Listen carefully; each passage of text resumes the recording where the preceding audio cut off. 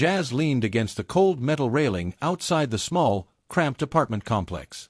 The summer sun was dipping low, casting long shadows that stretched across the cracked pavement. She took a deep breath and wiped a bead of sweat from her brow. Her heart pounded so loudly she feared anyone nearby could hear it. Inside that apartment lived her new roommate, Dee, a woman she barely knew, and yet whose story had already become legend in the neighborhood. Dee was one of the 1,000-pounds Roomies, a name whispered with a mixture of curiosity and pity on TLC reruns that Jazz binged the night before. Jazz's fear wasn't of Dee. Well, not exactly. It was the weight of everything Dee carried with her. The fear of what it meant to live with someone whose struggles mirrored her own deepest insecurities. The fear that maybe, just maybe, she wouldn't be strong enough to help or be helped. Jazz herself was no stranger to battles, silent ones, fought beneath a calm exterior, but this was different. This was a confrontation with something bigger than either of them. The door creaked open, and Dee stepped out, her frame immense yet gentle, a kind smile softening the lines of exhaustion on her face. "Hey, Jazz," Dee said, voice low but steady. "Ready to come in?"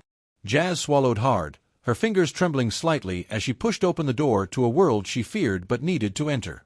Jazz had never thought of herself as a fearful person. She was a fighter, through and through. But this was uncharted territory. Dee's apartment was a tiny universe of resilience and despair.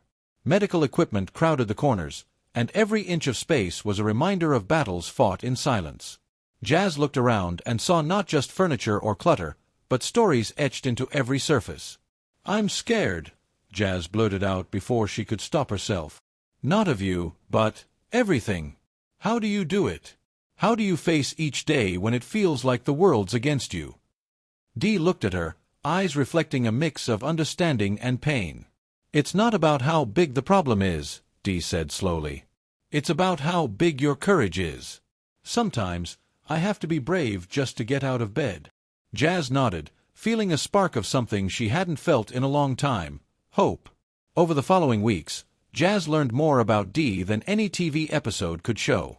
Dee shared stories of weight gain, loss, and the crushing loneliness of being trapped in a body that felt like a cage.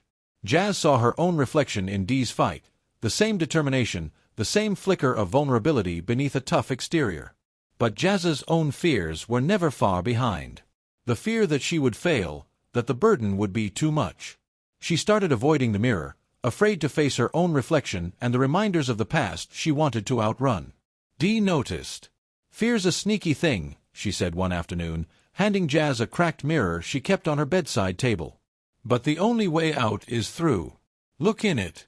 See yourself. Not the fear, but the fighter." Jazz took the mirror, hands shaking. For the first time in years, she met her own eyes without looking away.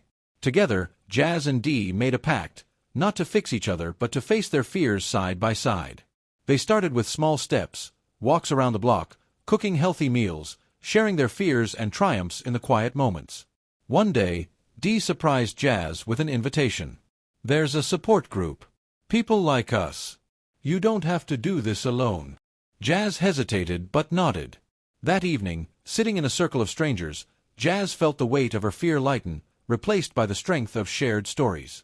Months passed, and Jazz and Dee transformed in ways neither expected. Dee's health improved with each small victory, and Jazz learned to face her fears head-on.